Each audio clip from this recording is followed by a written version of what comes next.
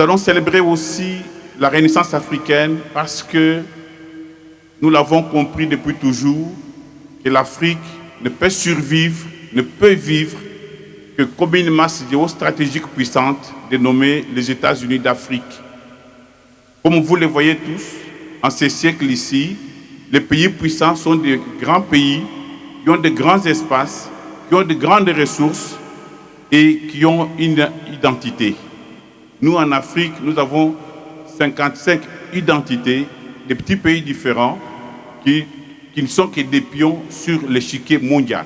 C'est pourquoi notre collectif, le collectif pour les États-Unis d'Afrique, a pris pour mission de sensibiliser tous les Africains pour leur dire que si nous voulons avoir une vie digne, si nous voulons résister contre les masses froides que sont la Chine, les États-Unis, le Brésil, tous ces grands pays qui nous dominent, nous devons faire comme eux, transformer l'Afrique en une masse géostratégique appelée les États-Unis d'Afrique. Et c'est la culture, notre culture, qui est la rampe de lancement de ce basculement.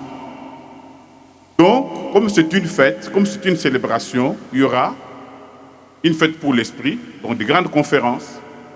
Il y a la musique, il y a la danse, parce que nous, Africains, nous sommes un peuple pacifique, mais nous avons aussi une volonté de puissance. Donc, à tout honneur, à tout seigneur, tout honneur, je vais donner la parole en premier lieu à M.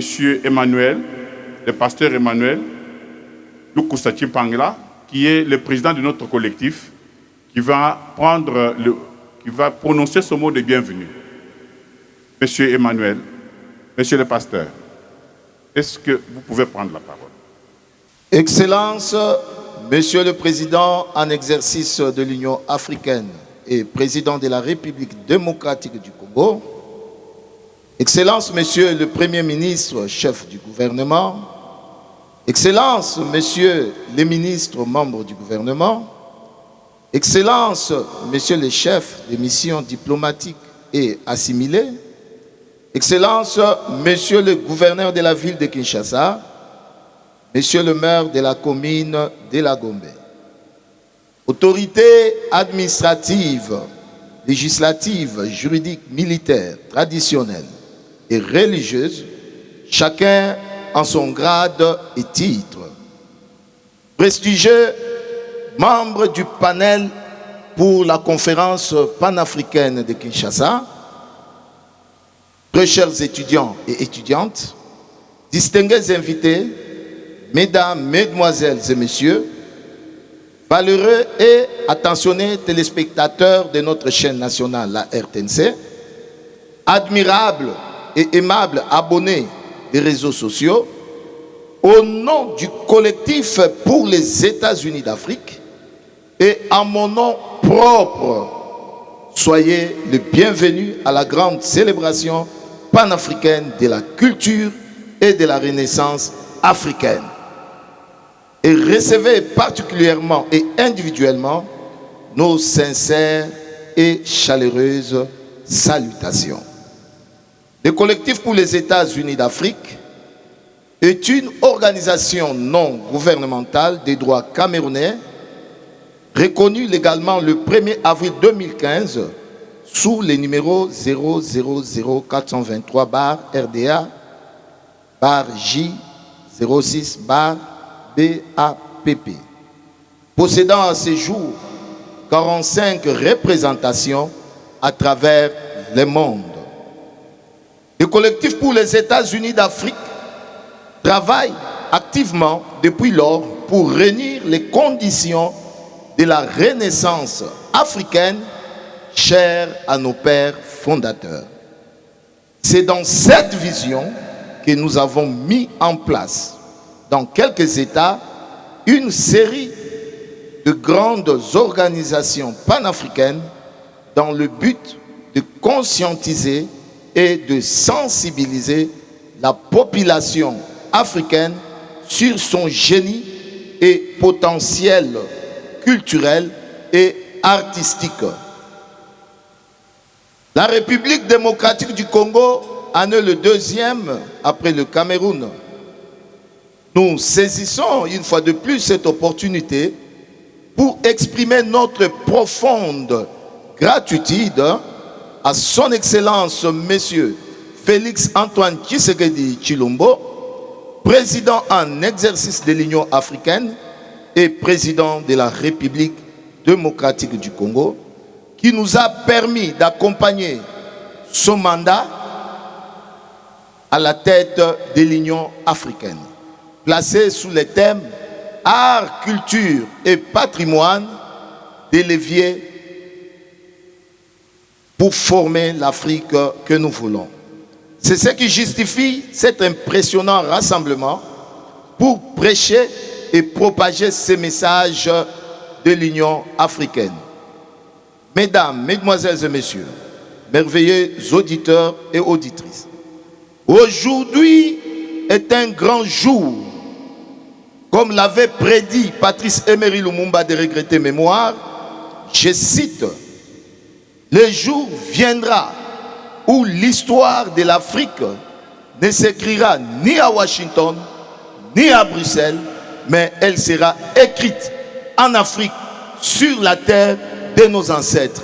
Et nous sommes là cet après-midi pour écrire notre histoire. » Mesdames, Mesdemoiselles et Messieurs, cette journée du samedi 14 août nous voit réunis à l'esplanade de l'Athénée de la Gombe pour encore une fois de plus continuer d'écrire notre histoire, celle de notre culture, de nos arts et de notre patrimoine.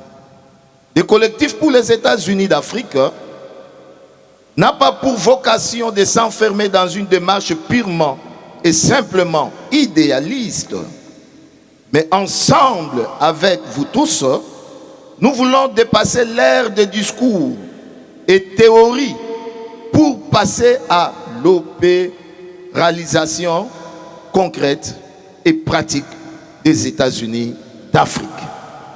Comme le pressentait le premier agrégé de l'histoire noire, le professeur Joseph Kizerbo, comment vont naître les États-Unis d'Afrique? S'interrogeait-il quelques heures avant sa mort, et il continue en disant, je ne sais pas, mais ce qui est sûr, à l'absence des États-Unis d'Afrique, les maladies, la souffrance, la soif, l'insécurité vont empirer. Et un matin, les gens vont se réveiller et dire, ça suffit, ça doit s'arrêter.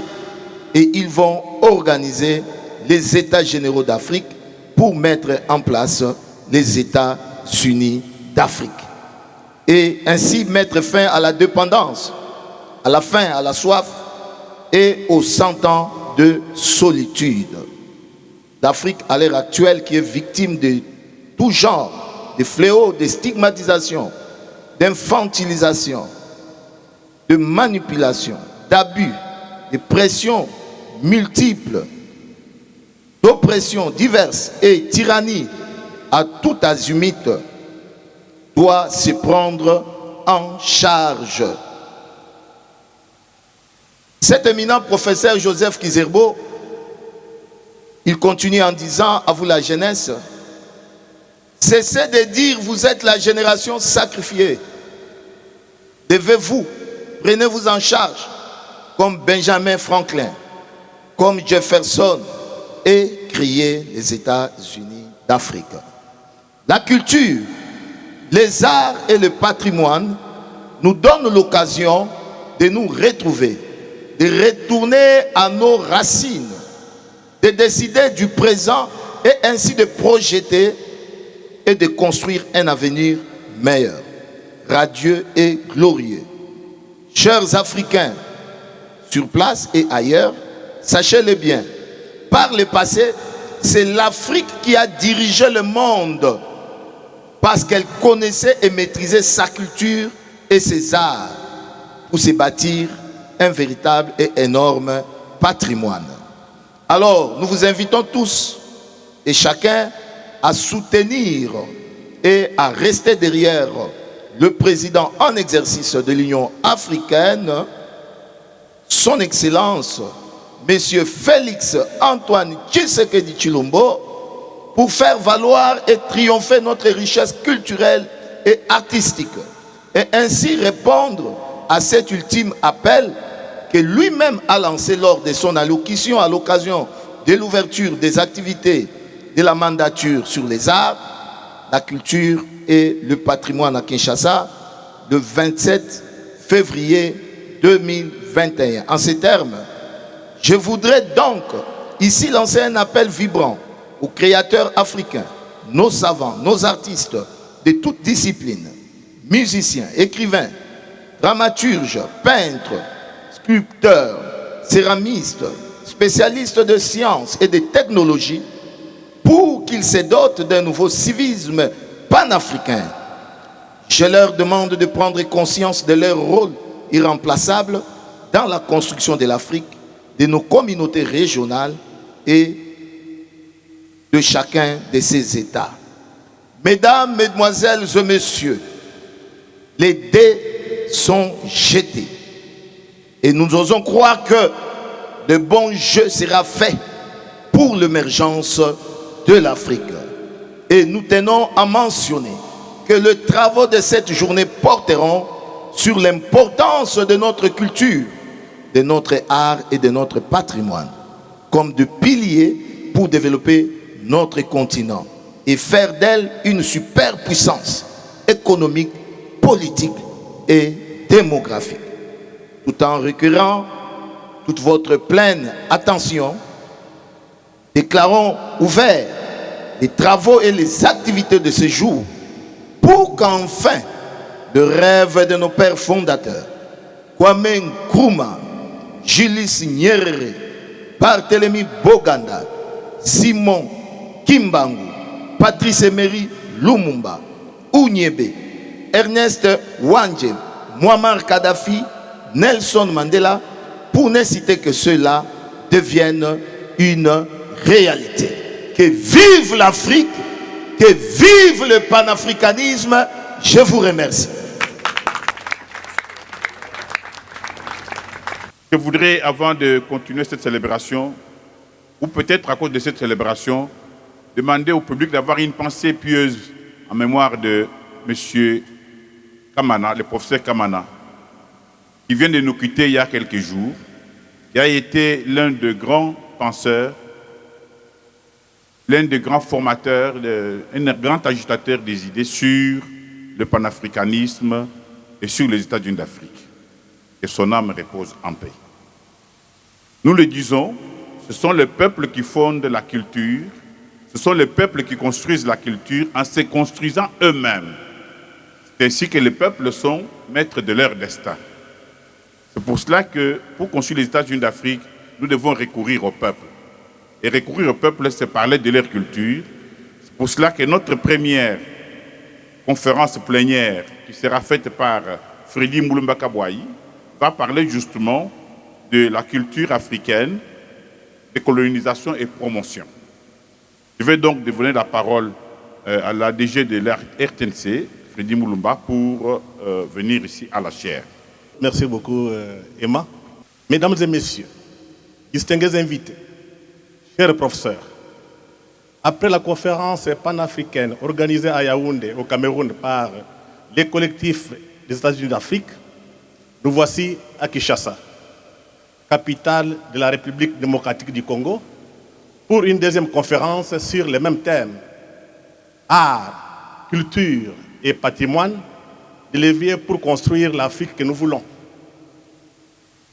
Je tiens à remercier le collectif pour les États-Unis d'Afrique qui m'a invité, une fois de plus, à prendre parole à cette grande célébration panafricaine de la culture et de la Renaissance africaine, ici au pays de Patrice Emery Lumumba, la République démocratique du Congo.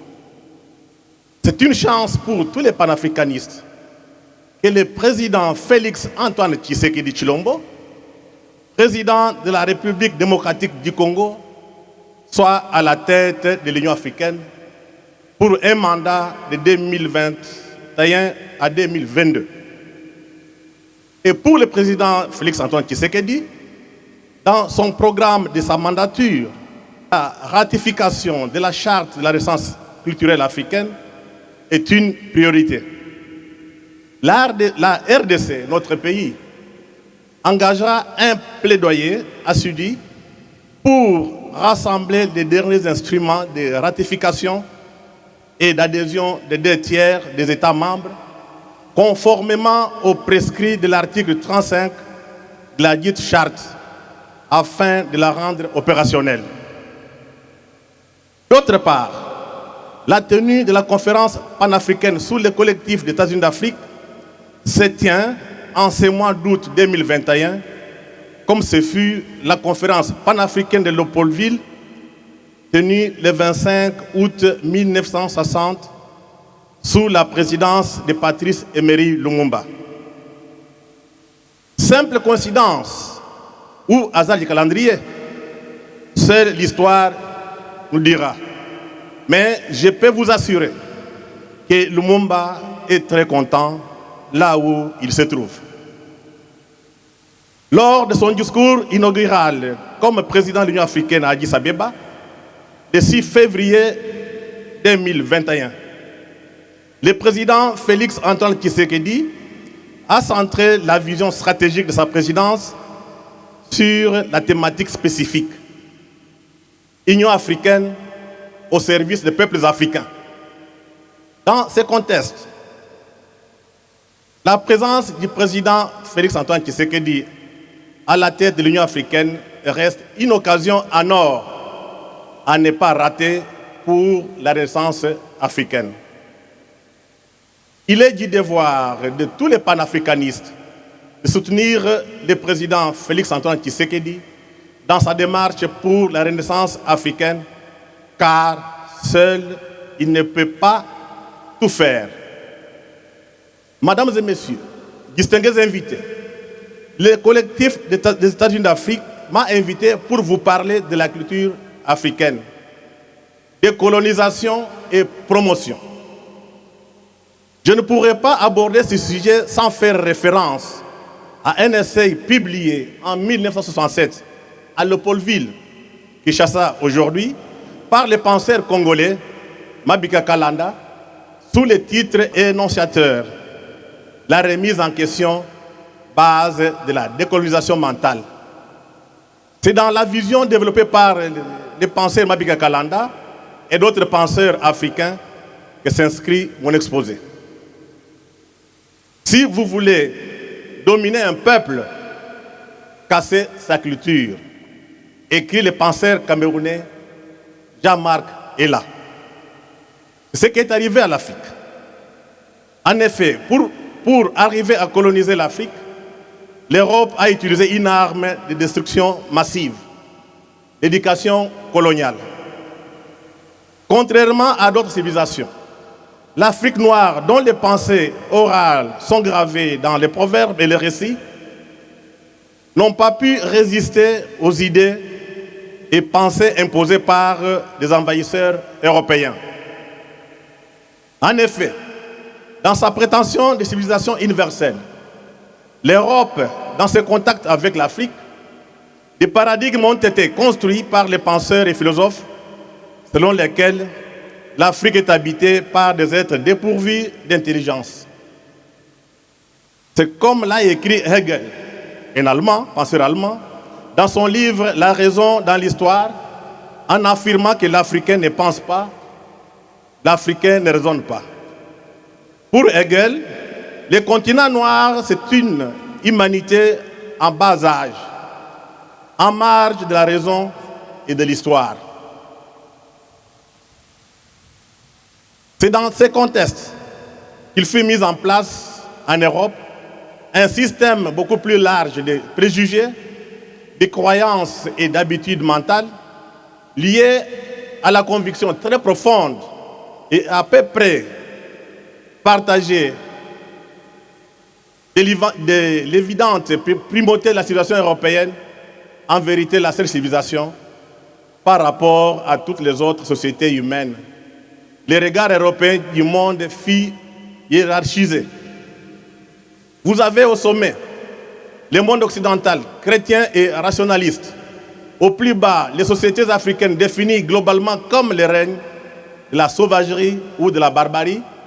Et entre les deux, les sociétés musulmanes et asiatiques considérées, avec des nuances diverses, comme arriérées ou retardées, écrit l'historien Raoul, qui est un Français, gardé dans son livre « L'idée coloniale en France » de 1871 en 1962. C'est sur base de cette approche que la colonisation fut lancée par les Européens avec l'idée qu'il reste le seul moyen privilégié d'accélérer la marche vers les progrès des masses humaines, encore enlisées dans le passé, de faire entrer, en d'autres termes, les sociétés primitives ou attardées dans l'orbite de la civilisation. Les cadres les plus appropriés pour imposer la culture occidentale fut la mise en place de l'école et d'autres structures d'éducation coloniale après la conférence de Berlin de 1885.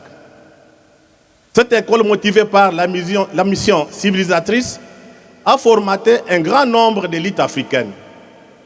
La plupart d'entre elles ont été conditionnées et jouent le rôle de la caisse de résonance des pensées occidentales dans leur société. La conséquence est que, pour paraphraser l'historien camerounais Fabien Kangé-Ouané, décédé déjà, les Africains, à quelque niveau qu'ils soient, pensent et vivent par procuration. Étant tous passés par les écoles mises en place après la conférence de Berlin de 1885, ils ont bu dans l'école des Occidentaux les schèmes de pensée qui ne leur sont pas propres. Si bien qu'un Africain qui parle maintenant, qui s'habille maintenant, qui mange maintenant, conceptualise son acte avec les schèmes de pensée des autres et problématise son action à la lumière des autres. Cependant, la domination de la culture occidentale sur l'Afrique n'était pas porteuse d'une vérité, comme le souligne l'écrivain français Guy Sorman. Il écrit ceci: « Il est indéniable que l'Afrique est devenue dépendante de nos valeurs, de nos codes, de nos idées dominantes et de tous nos ismes. Nous sommes d'ailleurs responsables, une responsabilité considérable, non pas tant d'avoir exporté des idées vers l'Afrique que de l'avoir accablé d'idées fausses. D'ailleurs, la capacité d'imagination et d'initiative du peuple africain a été réduite à sa simple expression par l'assujettissement colonial, consciemment ou inconsciemment. La formation élite intellectuelle africaine a été faite selon les perspectives d'aliénation culturelle, écrit Alioune Diop.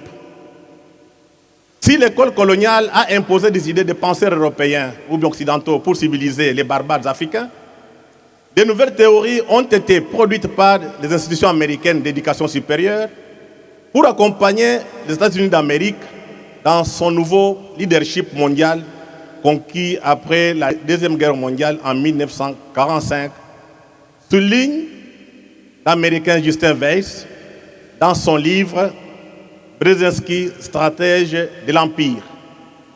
Ainsi, les mots civilisation furent remplacés par le concept de développement. Il nous faut lancer un nouveau programme qui soit audacieux et mettre les avantages de notre avance scientifique et de notre progrès industriel au service de l'amélioration et de la croissance des régions sous-développées. En collaboration avec d'autres, nous devrions encourager l'investissement des capitaux dans les régions où le développement fait défaut.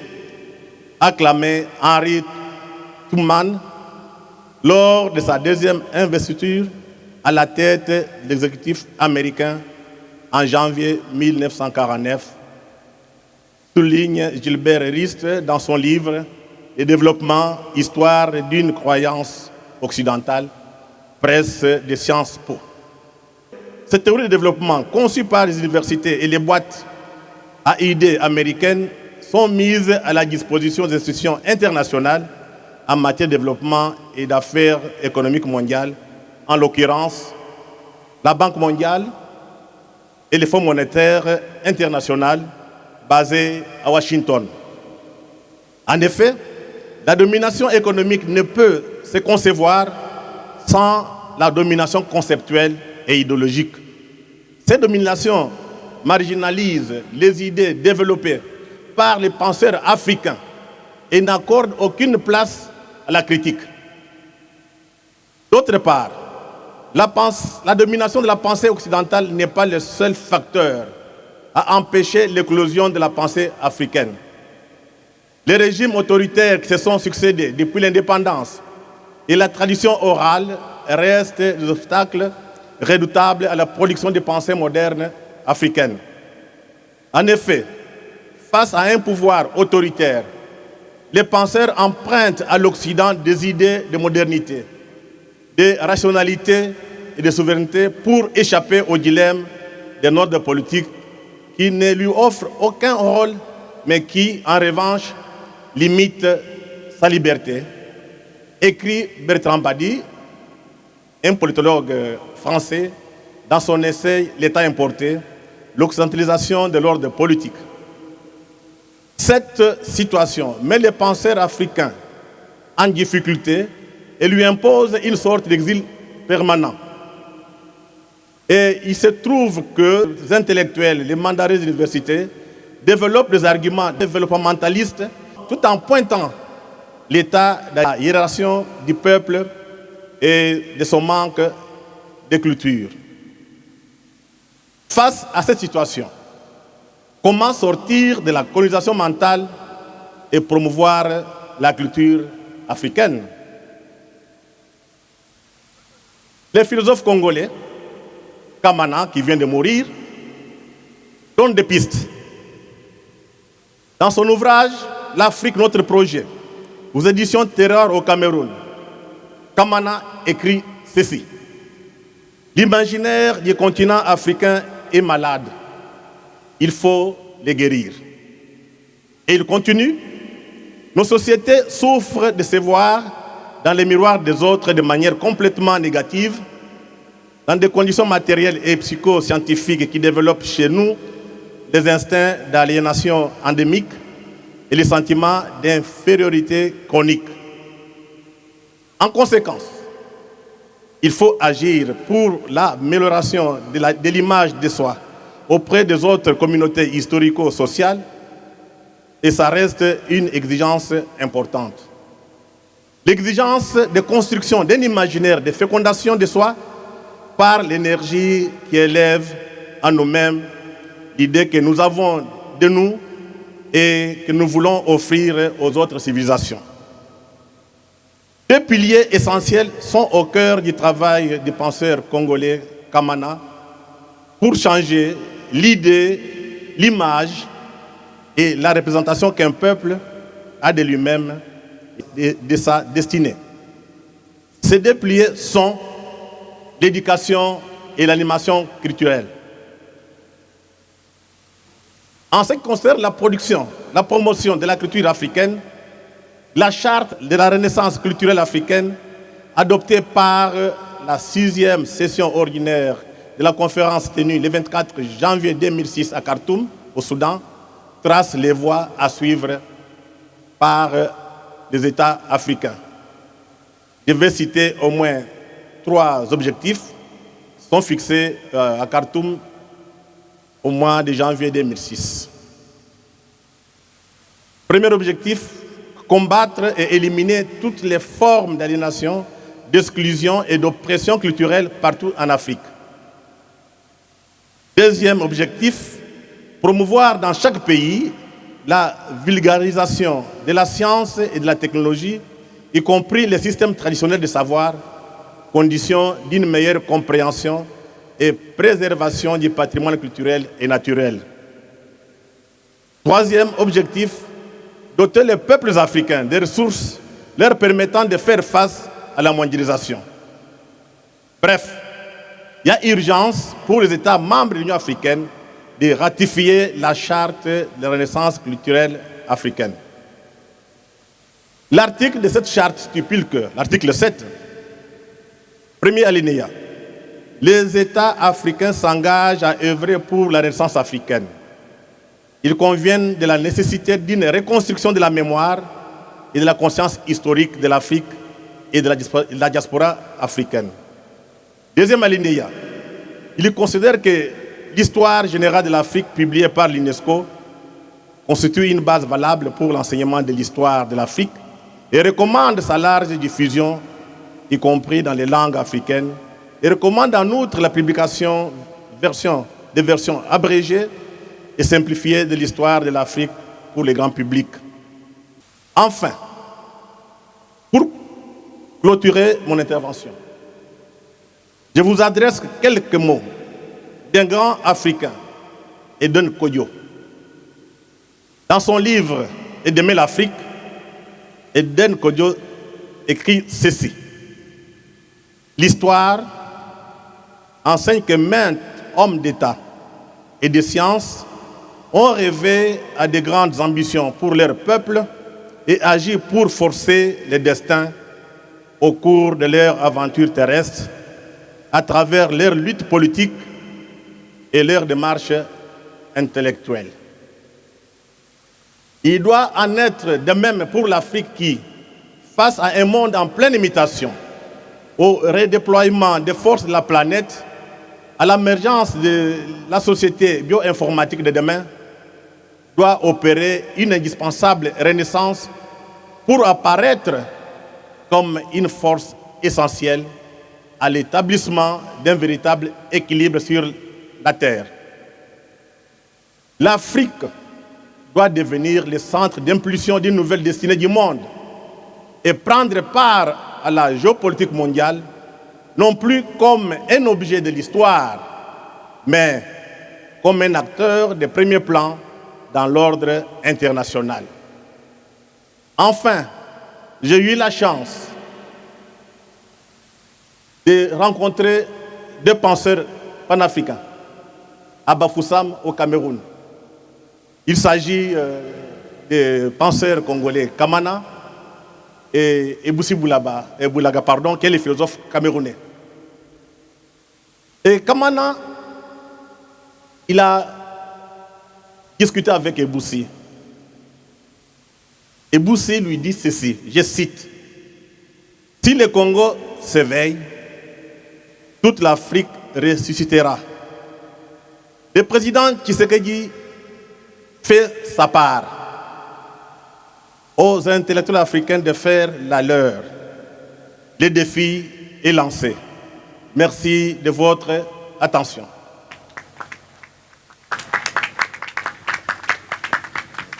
Merci beaucoup, M. Freddy Moulumba, pour cette conférence érudite, touffue. Et je ne me permettrai pas d'en faire une synthèse inutilement approvissante. Donc, nous allons passer, puisque la culture est le fondement de tout peuple. La deuxième conférence plénière sera animée par un homme de culture, mon grand frère, le professeur André Yokali Moudaba, qui est professeur, qui est, n'est-ce pas, recteur de l'Institut national des arts. Et dans notre pays ici, quand il y a culture, on dit, voilà, il est là. Professeur, il va nous parler de politique, quelle politique culturelle pour quel développement. Parce que la culture doit assurer aussi le développement. La culture n'est pas seulement les Manzanza, la Mino, c'est elles qui font le développement. Professeur, vous avez la parole. Merci, chers collègues et Emmanuel, pour vos mots extrêmement aimables à mon égard. Distingués invités, distingués collègues, je tiens avant tout à remercier le collectif pour les États-Unis d'Afrique, ainsi que son président, le révérend Lukusa, pour cette invitation. Je considère cela comme une marque d'amitié, mais aussi une marque d'excellents souvenirs que nous entretenons. Il venait de me rappeler que dans une autre vie, alors que j'étais recteur de l'université Cardinal Maloula, je l'ai reçu comme étudiant. Je n'ose pas répéter encore une fois cette fois-ci. Distingués invités, l'exercice de ce jour est un écho, on l'a dit, à l'exhortation proclamée par son Excellence Monsieur le Président de la République, président en exercice de l'Union africaine le 27 février au Palais du Peuple, à l'occasion du lancement des activités culturelles de la mandature actuelle et qui met notre pays, ainsi que la politique culturelle, au devant de la scène africaine. Si donc l'exercice d'aujourd'hui pouvait convaincre déjà le public qui est là sur le bien fondé des États-Unis d'Afrique, ce serait un petit grand pas. En même temps, cela revient à cette vérité que, on l'a dit, des illustres prédécesseurs l'ont dit, cela revient à cette vérité que les révolutions philosophiques et culturelles ont presque toujours précédé de façon prophétique et prémonitoire les grandes révolutions sociopolitiques.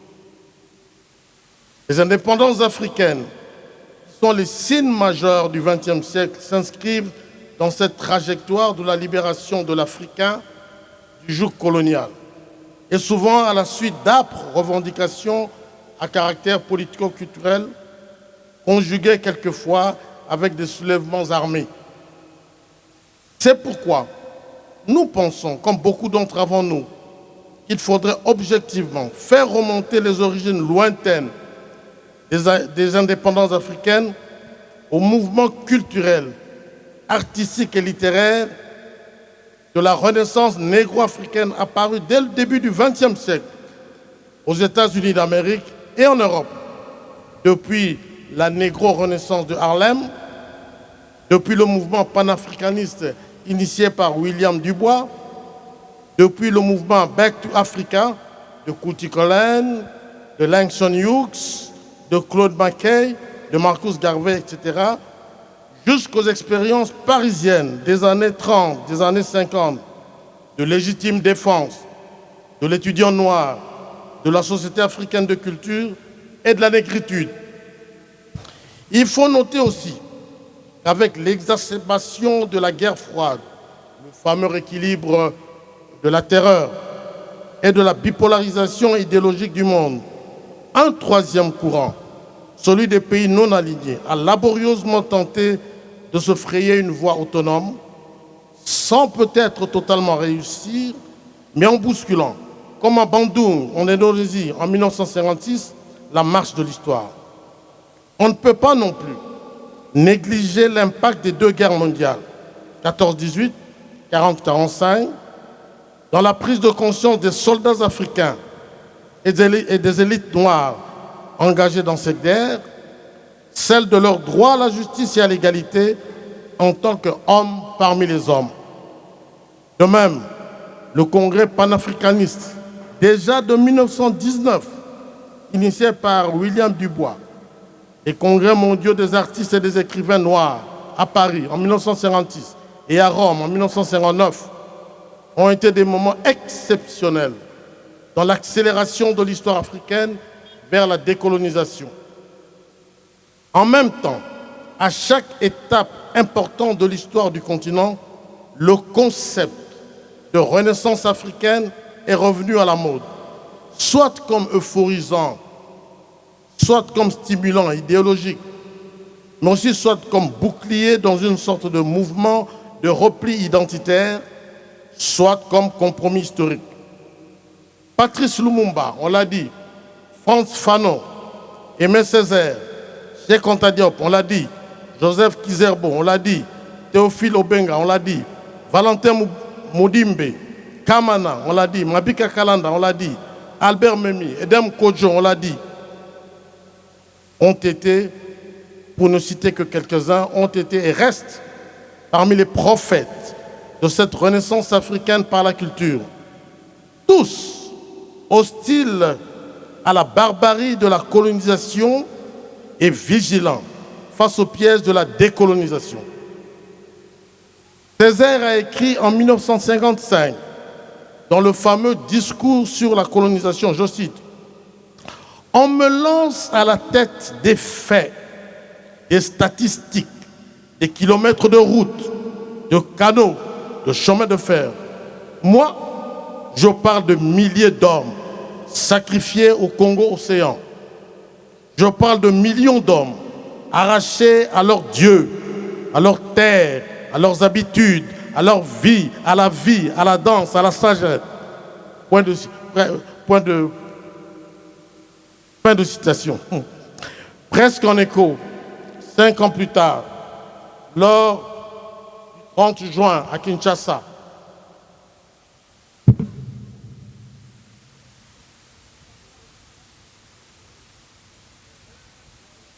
Lumumba répondait du tac au tac au roi des Belges, roi Baudouin.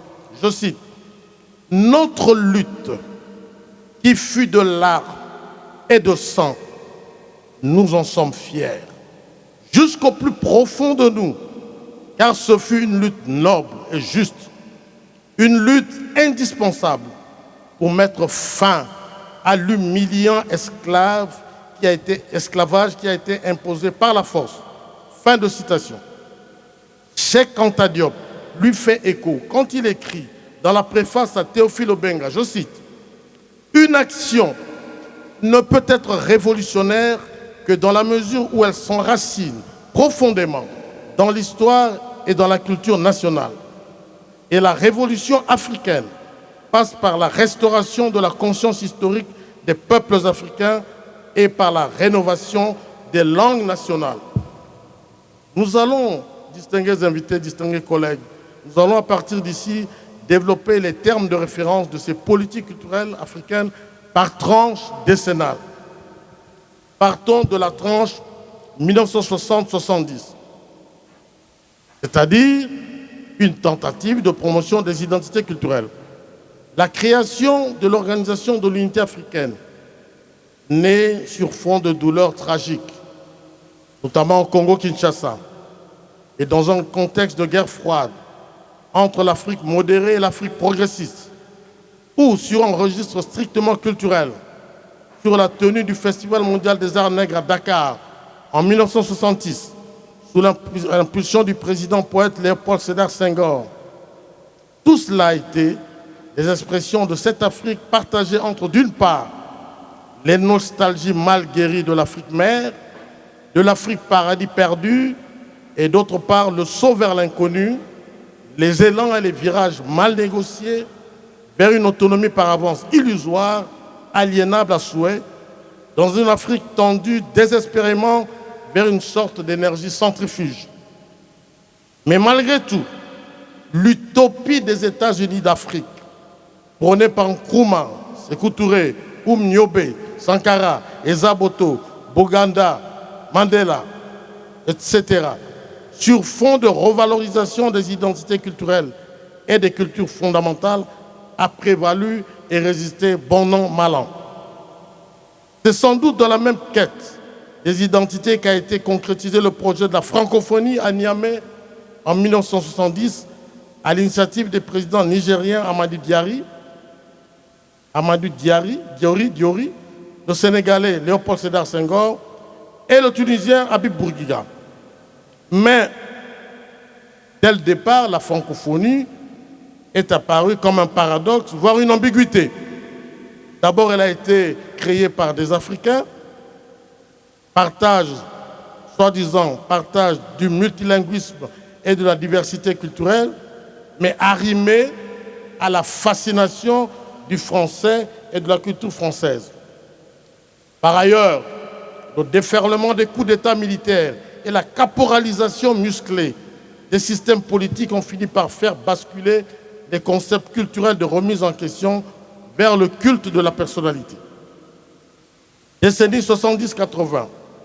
En 1975, à l'initiative de l'UNESCO, s'est tenue à Accra, au Ghana, la réunion régionale sur les politiques culturelles en Afrique, Africa Culte. But de la réunion, sauvegarder et promouvoir les identités culturelles, ainsi que doter les pays africains des instruments techniques, intellectuels et juridiques nécessaires à l'élaboration des stratégies et des programmes à long terme, le tout au nom de la culture du développement et du développement de la culture.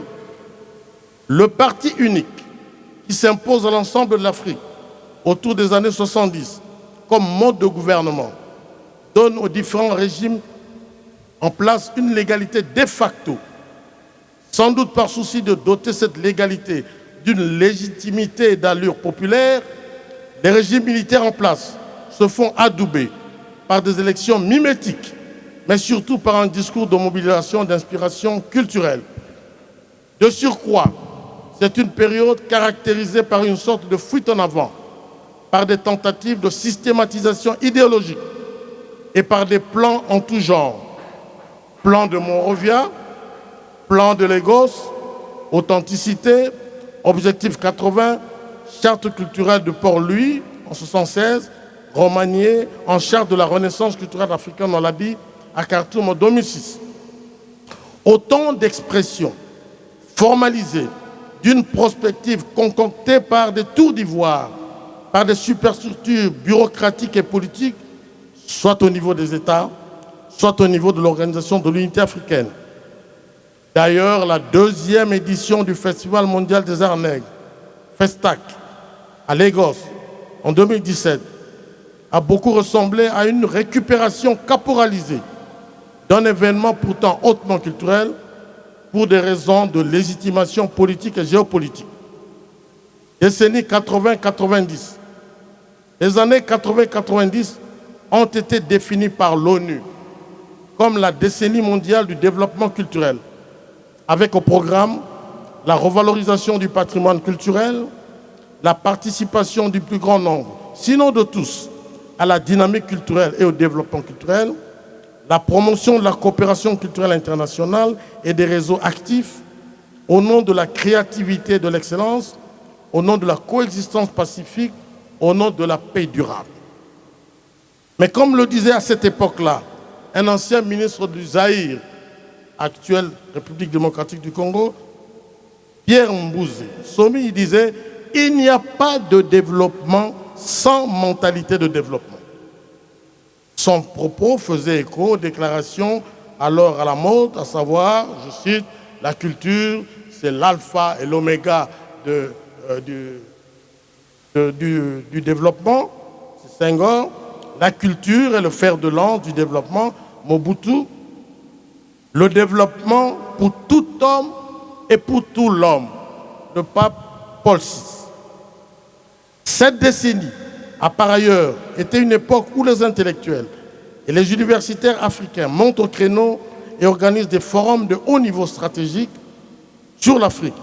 Et souvent, ils étaient réfractaires à un développement culturel sous otage et sous séquestre. L'essoufflement de l'apartheid en Afrique du Sud, la chute du mur de Berlin, suivi du démantèlement des pôles idéologiques, sont des événements qui ont renforcé autrement cette réflexion de manière puissante. De nouveau, on a reparlé de Renaissance africaine.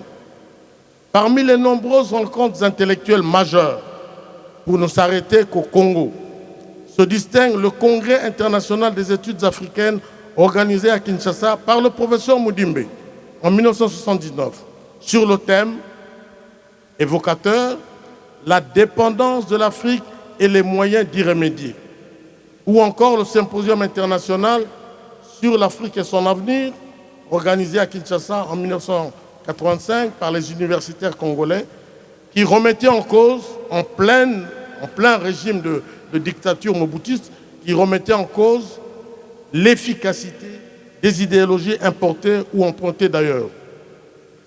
Par ailleurs, la conférence mondiale de l'UNESCO sur les politiques culturelles à Mexico, Mondial Culte, en 1982, a, entre autres considérations nouvelles, dénié au développement une finalité exclusivement économique avec ses effets pervers de culture de consommation, de déracinement, de déshumanisation. En même temps, elle a élargi la définition de la culture au génie créateur, aux modes, aux modalités et aux modèles de vie et de développement endogènes. J'évoquais précédemment la mystique de la paix par rapport à la dynamique du développement. Quelle paix par rapport à quel développement? À chacune des réunions que je viens d'évoquer, et d'autres encore, à Libreville, à Luanda, à Yamoussoukro, à Dakar, à Khartoum, à Brazzaville, etc., le concept de la paix a été éminemment lié à celui du développement. Comme l'a déclaré jadis le pape Paul VI dans l'encyclique Populorum Progressio, je cite, « Le développement est le nouveau nom de la paix ». La paix et le développement ne participent-ils pas d'une ascèse qui vise idéalement la plénitude de l'élévation matérielle et spirituelle de l'homme, de l'humain, de l'humanisme, au nom du progrès intégral? Mais la paix, comme on le verra, reste introuvable en Afrique. Le développement, comme on le verra, reste introuvable en Afrique. La paix n'est donc pas le silence des armes, ni le silence des cimetières. La paix, c'est d'abord une attitude, une aptitude morale d'écoute, de palabres à l'infini, mais de palabres de compromis et de réconciliation profonde. Le développement n'est donc pas synonyme de croissance pour la croissance. Comme le répète souvent le roi du Bhoutan en Asie, le développement a comme ressort et objectif essentiel le BNB et pas le PNB. BNB, c'est-à-dire le bonheur national brut. Le BNB ne s'aligne pas, ne s'aliène pas sur les seuls paramètres économétriques et des catéchismes paganisés, hyper-capitalistes, hyper-médiatisés d'une mondialisation en sens unique que prônent les institutions financières et géopolitiques internationales. Sous couvert de leurs signifiants et de leurs idéologies apparemment boy-scoutistes, ces institutions font étalage des acronymes tapageurs et racolotes, comme PNB, Produit national brut, point d'achèvement, IPHI, indice de pauvreté pour les pays en développement, APN, URC, appui au programme national d'urgence et de renforcement des capacités, APPP, analyse participative de la pauvreté, PROCER, programme de création d'emplois rémunérés, SRP, stratégie pour la réduction de la pauvreté, PMURR, programme multisectoriel d'urgence pour la réhabilitation et la construction. Et la liste est longue, longue, laissant du coup chez le citoyen un sentiment d'inachevé, de bricolage, au regard de toutes les panacées proposées, de toutes les posologies chocs. Non, le développement n'est pas synonyme d'acronyme clignotant. Il est substance dans la promotion, dans la dévotion, dans la qualité de la vie, c'est-à-dire culte sacré de la personne humaine, c'est-à-dire reconversion radicale des mentalités encore extraverties, c'est-à-dire symphonie et réconciliation cosmique permanente de l'homme avec la nature, c'est-à-dire éloge du labeur, éloge de la frugalité, éloge de la justice distributive, de l'économie de partage, de l'économie circulaire. Décennie 90-2000, politique culturelle et société civile. Les décennies au-delà de 1990, quoique porteuses des germes de changement, montrent une Afrique en continuelle valse-hésitation.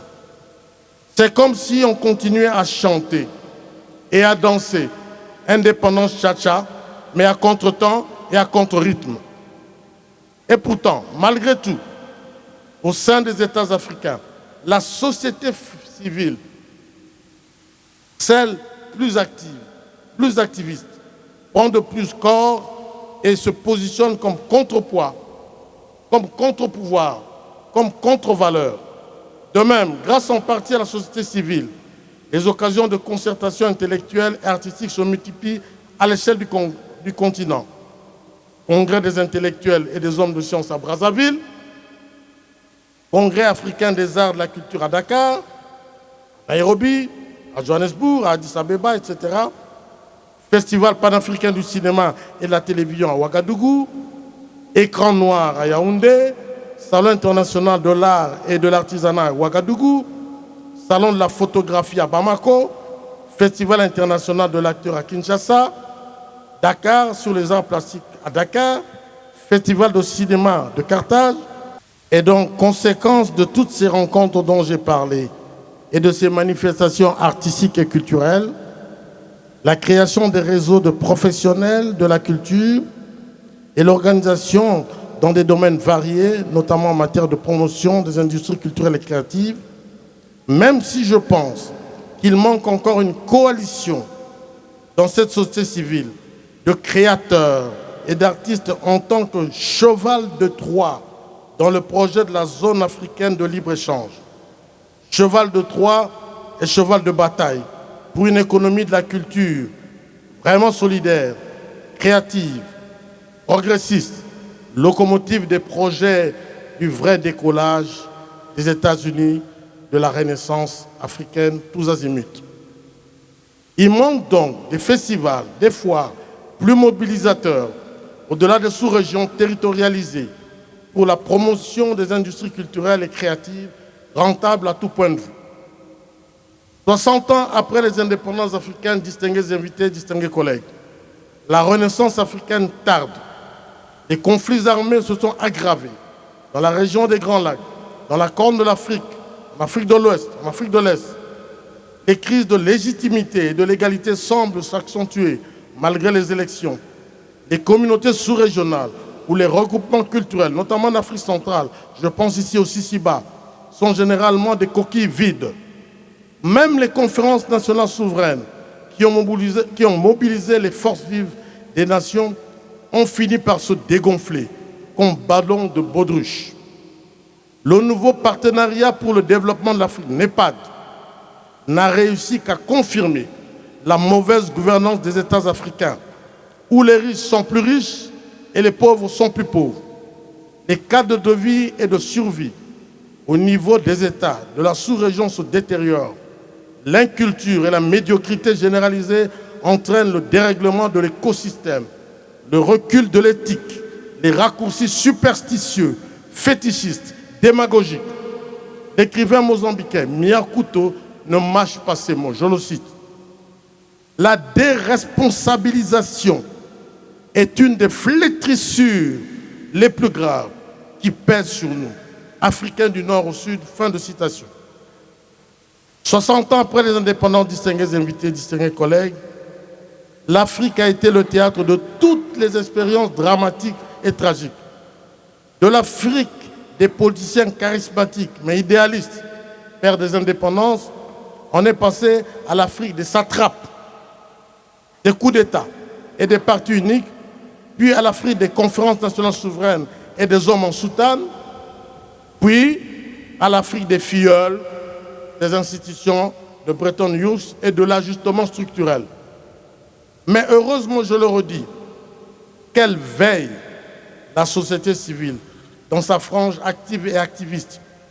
Après 60 ans d'indépendance, la société civile semble avoir récupéré la parole et le geste de riposte. Au Sénégal, avec le mouvement Y en a marre. Au Burkina Faso, avec le ballet citoyen. Au Congo-Brazza, avec Ça suffit comme ça.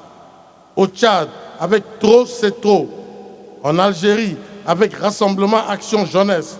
En RDC, avec Loucha ou Filimbi.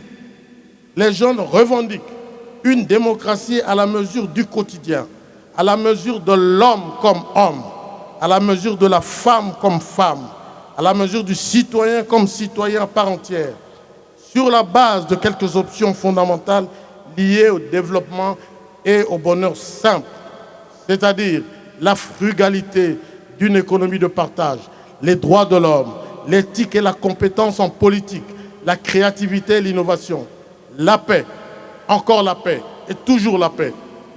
Or, ce qu'il faut retenir de nouveau dans ces mouvements protestataires indignés des jeunes, c'est l'implication des artistes comme témoins de l'éveil et de la mobilisation risquée des consciences populaires.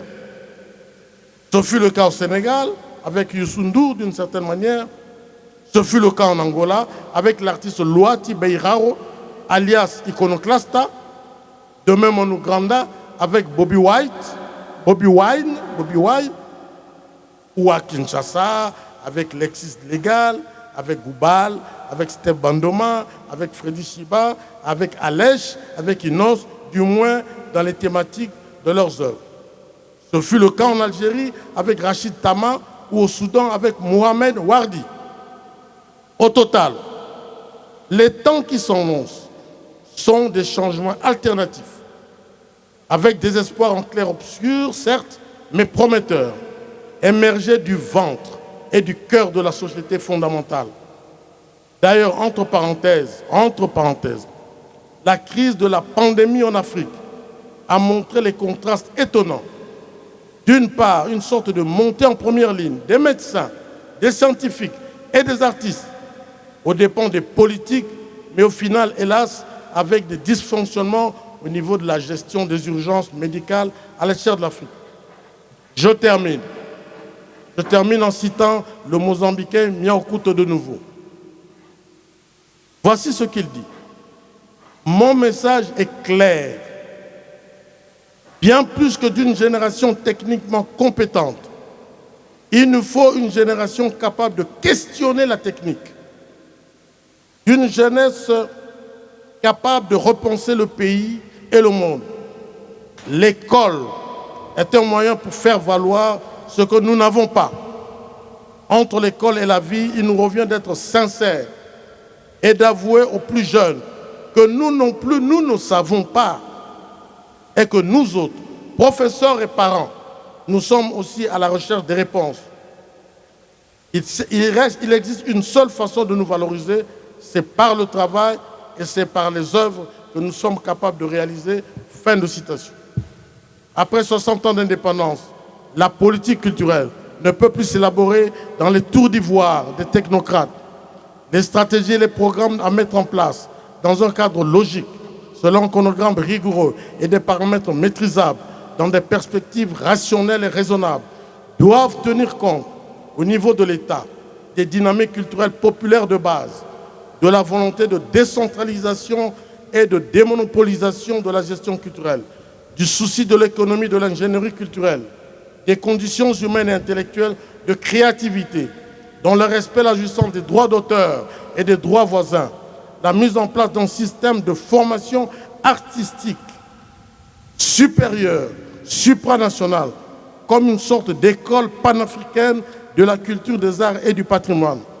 La politique culturelle comme monitoring des ressources matérielles et techniques et comme évaluation des forces matrices, des forces motrices en présence, doit porter et refléter une pensée forte, soutenue par une idéologie puissante qui galvanise les consciences nationales et mobilise les initiatives vers le développement, vers la vraie renaissance africaine. Pour terminer, je rappelle encore le cri de cœur et le cri d'espoir du Premier ministre Patrice Lumumba le 30 juin 1960. Je cite, « Nous allons montrer au monde ce que peut faire l'homme noir quand il travaille dans la liberté.